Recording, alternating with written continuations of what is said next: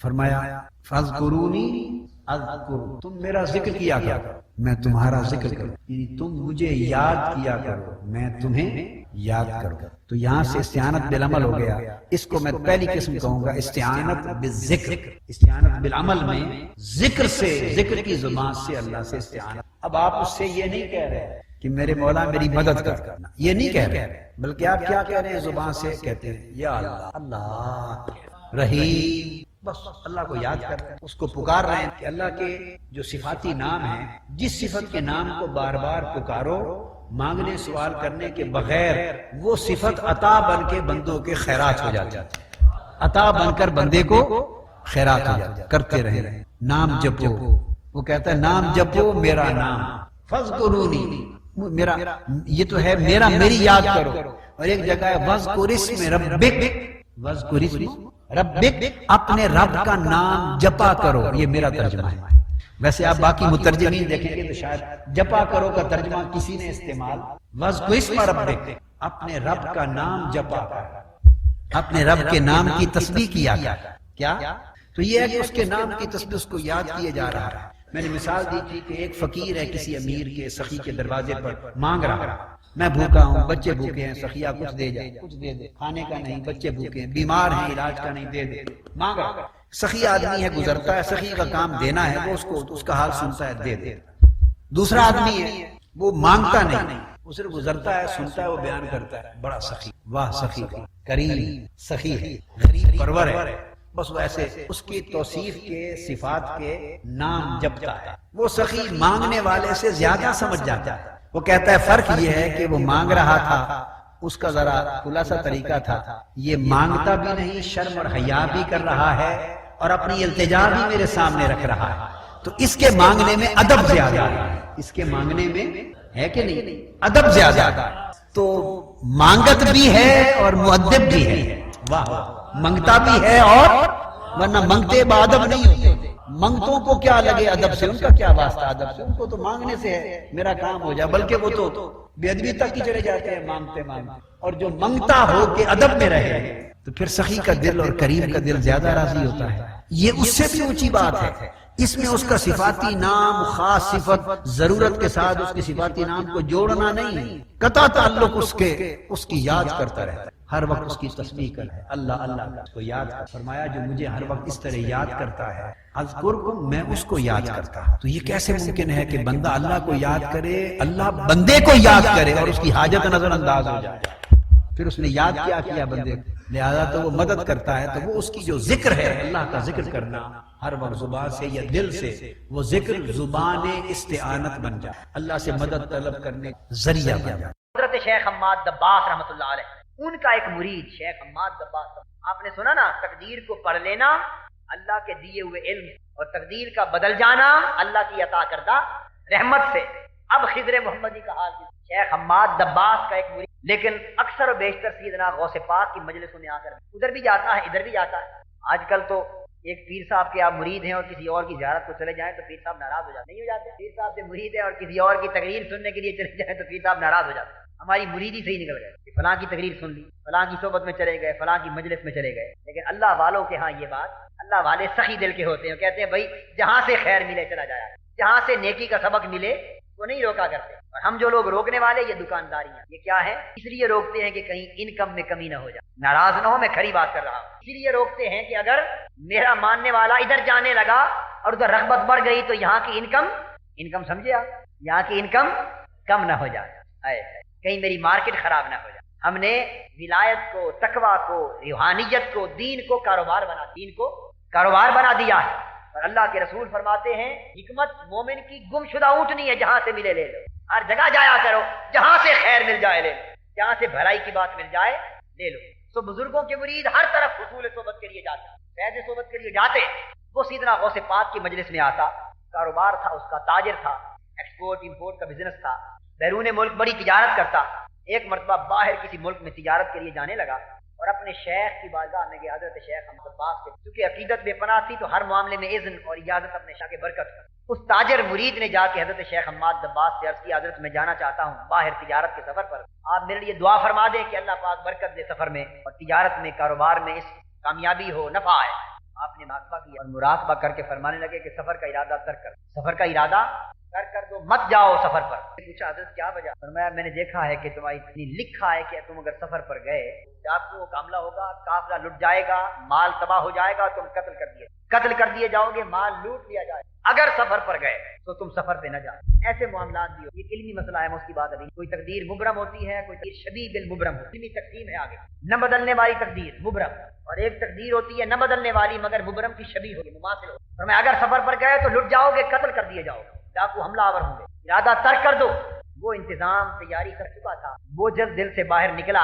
اور اسے خیال آیا کہ چلو انہوں نے اجازت نہیں دی اس بات کے، ان کی مجلس میں گیا، وہ مجلس میں فرما رہے تھے، بات فرما رہے تھے، مصروف تھے گفتگو میں، اس نے موقع پا کر، جس طرح ملازم جو ہے نا ماتحت جب دیکھتے ہیں نا افسر موقع پاتے ہیں کہ خاصا مصروف ہے تو خاص فائلیں اس وقت پیش کر تاکہ اسے دیکھنے پڑھنے کا موقع نہ ملے، بس تیزی سے فائلیں گزارتے جائیں اور دستخط کرواتے جائیں۔ کہا جی بس صاحب آپ نے دستخط، یعنی جب اٹھ کے کہیں جانے لگے نا تو فوراً اس وقت میرے جو سیکٹری ہے نا، میرے دفتر کا میرا پرسنل سیکٹری، وہ بھی ایسا کرتا ہے میرے، لیکن آپ اس سے پوچھ لیں، اللہ کا شکر ہے کبھی کامیاب نہیں ہونے دیا میں نے۔ جب کبھی کوئی فائل، جب میں کرسی سے اٹھتا ہوں دفتر سے جانے کے لیے اور جب وہ فائلیں میرے جاتے ہوئے لاتا ہے، میں نے وہ کبھی نہیں سائن کی، میں سمجھتا ہوں کہ اس میں گڑبڑ ہے، گڑبڑ تو خیر کیا ہونی، ویسے مزاحن عرض کر رہا ہوں، یعنی میں نے اس وقت کبھی سائن نہیں کی، میں فائلیں رکھ دیتا ہوں، کہتا ہوں آرام سے بیٹھوں گا، فائلیں پڑھوں گا جب اس وقت سائن۔ یہ آپ کی فنوں نے تباہ کر یہ بات کی تاکہ آپ نقطے کو سمجھ جائیں، یعنی توجہ نہیں ہوتی تو آدمی بات کر، آپ مصروف گفتگو تھے، بات فرما رہے، نصیحت فرما رہے، وہ شخص آ کے بیٹھا اور دوران گفتگو عرض کیا حضور میں تجارت کے سفر پر بیرون ملک جا رہا ہوں، دعا فرما دیں اللہ برکت دے۔ آپ گفتگو کی طرف دھیان تھا، ادھر دھیان نہیں تھا، بس دوران گفتگو بے دھیانی میں فرما دیا جاؤ اللہ نفع عطا کرے، جاؤ اللہ نفع دے گا، برکت ہوگی، بس بے خیالی میں فرما دیا۔ وہ اس نے بھاگا کہ کہیں فوراً ریویو نہ ہو جائے، خطرہ تو تھا نا اس کہ نظر ثانی نہ ہو جائے، بس بھاگا، سامان تیار کیا، اونٹ پر لادا اور چل، بس اتنے اعتماد پر کہ غوث پاک نے فرما دیا جاؤ اللہ کرم کرے گا، نفع ہوگا، اللہ کرے گا، برکت ہوگا۔ اپنے ملک میں گیا، سامان تجارت بیچا۔ میں نے جو ایک بھی واقعہ آپ کو ایسا نہیں بتایا جو کسی ضعیف کتاب کے اندر، اس وقت تک میں نے اولیاء کرام کی کرامات میں سے، سیدنا غوث پاک کے بیان سے ایک واقعہ بھی ایسا نہیں بتایا جو قصے کہانی کی کتابوں میں سے ہو، معاذ اللہ، میرا معمول ہی نہیں۔ میں نے آپ کو نہایت معتبر، مستند اور محققہ کتب کی روایات بیان کی جو تواتر کے ساتھ آپ کی زمانے کی ہزاروں کتابوں میں درج ہے، اور بڑے بڑے اکابر محدثین نے جن کو روایت کیا۔ وہ شخص چل پڑا، اس نے سامان تجارت بیچا، بڑا نفع، بہت نفع آیا، لاکھوں روپے نفع میں آئے، بڑی کمائی کی، سامان لے کر نفع سارا واپس قافلے کی صورت میں آیا۔ راستے میں بغداد کے راستے میں جب آ رہے تھے، رات پڑ گئی، قافلہ لیٹ گیا، قافلہ لیٹا، سو گئے۔ اس شخص کو نیند آ گئی، اس نے نیند میں دیکھا کہ ڈاکوؤں نے حملہ کر دیا۔ اب یہ شخص خواب دیکھ رہا، بیداری نہیں، کیا خواب دیکھ رہا ہے کہ ڈاکوؤں نے حملہ کر دیا، انہوں نے پورے قافلے کو قتل و غارت گری کا بازار گرم کیا، لوٹ لی، اور اس کا سامان بھی لوٹ لیا، سب کچھ لوٹ لیا جو کچھ تھا، لوٹ کے لے گئے، اور آخر میں تلوار مار کے اسے قتل کرنے لگے۔ جب انہوں نے تلوار اس کی گردن پر ماری، قتل کیا، اس خوف سے خواب میں اس کی چیخ نکلی اور چیخ سے آنکھ کھل۔ اب سارا ماجرا خواب میں کپ کپاتا ہوا اٹھ بیٹھا۔ اب خواب میں دیکھتے ہیں کئی بار ایسا ڈراؤنا خواب آتا ہے کہ خواب کے اندر چیخ نکلتی ہے، انسان کی آنکھ کھل جاتی، اور دیکھتے ہیں رونگٹے بھی کھڑے ہوتے ہیں جسم پر پسی، آنکھ کھل گئی۔ اس نے اللہ کا شکر ادا کیا کہ خدا کا شکر ہے یہ سب کچھ خواب میں ہوا، بیداری میں سامان سمیٹا، سارا نفع لے کر بغداد پہنچا، اور بغداد پہنچ کر سیدھا اپنے شیخ حضرت حماد دباغ کے پاس تحائف لے کر شکریہ ادا کرنے، تحائف لے کر نذرانہ پیش کرنے۔ آپ مجلس میں بیٹھے تھے، جب تحائف کے ساتھ مرید کو دیکھا اور تحائف پیش کرنے لگا کہ حضرت یہ تحائف ہے، اور عرض کرنے لگا کہ سفر سے آیا ہوں اور تحفہ پیش کرنے آیا ہوں، قبل اس کے کہ وہ شخص کوئی بات کہتا، شیخ حماد دباغ بولے کہ بیٹے تحائف میرے پاس نہ لا، جا غوث پاک کے پاس، کہ قتل ہونا تیری تقدیر تھا، جن کی زبان سے لفظ نکلے خدا نے تقدیر کو خواب سے بدل دیا۔ واقعہ وہی حق تھا جو میں نے کہا، لٹنا بھی حق تھا، قتل ہونا بھی حق تھا، نقصان خسارہ بھی حق تھا، بات سچ تھی جو میں نے کہہ دیا، مگر چونکہ غوث اعظم رب کا محبوب بندہ ہے، رب کا لاڈلا بندہ ہے، رب کا پیارا بندہ ہے، اس نے بے خیالی میں کہہ دیا کہ جا برکت ہوگی، اور رب کے محبوب بے خیالی میں کہہ دے رب تقدیر کو بدل دیتا ہے۔ رب کے دست قدرت میں سب کچھ ہے، اپنے بندے کے کہے کی لاج رکھتا ہے، بندے کی دعاؤں کی لاج رکھی جاتی ہے، بندے کی زبان سے نکلے ہوئے لفظ کو غلط نہیں کیا جاتا۔ عبد القادر کے پاس جاؤ، اس کی زبانیں اللہ کی بارگاہ سے تیری تقدیر کو خواب میں حضور غوث پاک کی بات۔ یہ خضر محمدی ہے، وہ خضر بنی اسرائیل تھے، یہ خضر۔ حاضرین گفتگو ختم کرنے سے پہلے بڑی اہم بات، جو کچھ میں نے بیان کیا اسے میں آپ قرآن مجید کی ایک آیت سے واضح کرتا ہوں۔ یہ تقدیر کا بدل جانا کسی مرد مومن کی دعا سے قرآن کیا کہتا ہے، تاکہ بات درس قرآن کی قرآن پر ختم ہو، قرآن پر ختم ہو۔ قرآن کیا کہتا ہے؟ قرآن بھی ارشاد فرمایا یمحو اللہ یشاء یثبت وعندہ کتاب، جو کچھ لکھا ہو رب جو کچھ چاہے لکھا ہو تو مٹا دیتا، یمحو اللہ ما یشاء، جو کچھ رب چاہے لکھے کو مٹا دیتا ہے، ویثبت، اور چاہے تو نہ لکھے کو لکھ دیتا، نہ لکھے کو، وعندہ ام الکتاب، اور تقدیر اسی کے ہاتھ میں، لوح محفوظ اللہ کے ہاتھ میں۔ اب یہاں سوال پیدا ہوتا، بڑی توجہ طلب یہ بات، اور سے سمجھے، لکھا ہوا ہو تو رب کو مٹانے کی کیا معاذ اللہ پہلے غلطی سے، معاذ اللہ کیا پہلے غلطی سے لکھا جاتا ہے کہ بعد میں درستگی کے لیے مٹایا جا رہا ہے؟ نہیں، معاذ اللہ، اور نہ لکھا ہو تو بعد میں نہیں ضرورت کیوں پڑتی؟ پہلے ہی سے کیوں نہیں لکھ دیا؟ نہ لکھا پہلے، بعد میں، اور پہلے لکھ دیا بعد میں مٹا دیا، یہ ضرورتیں کیا معاذ اللہ استغفر اللہ، اللہ کے علم میں کوئی نقص ہے؟ جو ایسا تصور کرے کافر۔ اللہ کے علم میں کوئی نقص، اللہ کو سب کچھ معلوم، لکھا تو تب بھی معلوم تھا کہ مٹاؤں گا، جب لکھا لکھتے وقت بھی معلوم تھا کہ مٹاؤں گا، اور جب نہ لکھا نہ لکھ کر بھی پتا تھا کہ لکھوں گا۔ عنده ام الکتاب، لوح محفوظ اسی کے ہاتھ میں، تو پھر ایسا ہوتا کیوں؟ تو بات بڑی تھا، اس کی تقدیر کا تقاضا تو یہی ہوتا ہے کہ لکھ دے، تقاضا یہ ہوتا ہے کہ، اور لکھا سچ ہوتا ہے، ہوتا بھی صحیح ہے، اور اللہ کے علم میں یہ بھی ہوتا ہے، یہ تقدیر شبیب المبرم، کتابیں اٹھا کے دیکھ، اس کو قضا شبیب المبرم کہتے ہیں، اس کے علم میں لکھ دیا، مبرم ہو گئی، مگر اس کے علم میں ایک وقت آیا، میرا بندہ ہاتھ اٹھا، کوئی جا کر میرے بندے کے پاس رو دے، کوئی میرے بندے کے پاس رو دے گا، اور میرا بندہ اس کا دل مچل جائے، میرے بندے کا دل مچل جائے گا، اور جب مچل جائے گا تو وہ دعا کے لیے ہاتھ اٹھا دے گا اور کہے گا مولا لکھنے والا اور مٹانے والا ہے، یہ میرا مرید، یہ تیرا بندہ ہے، عاجز ہے، روتا ہے، دکھی ہے، میں تجھ سے عرض کرتا ہوں اس کی تقدیر مٹا دے، لکھے کو مٹا دے۔ اسے علم ہے کہ نہیں لکھوں گا،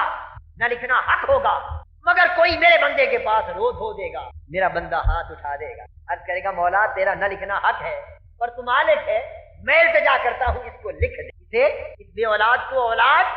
اے لکھ دے، اس مرنے والے کو زندگی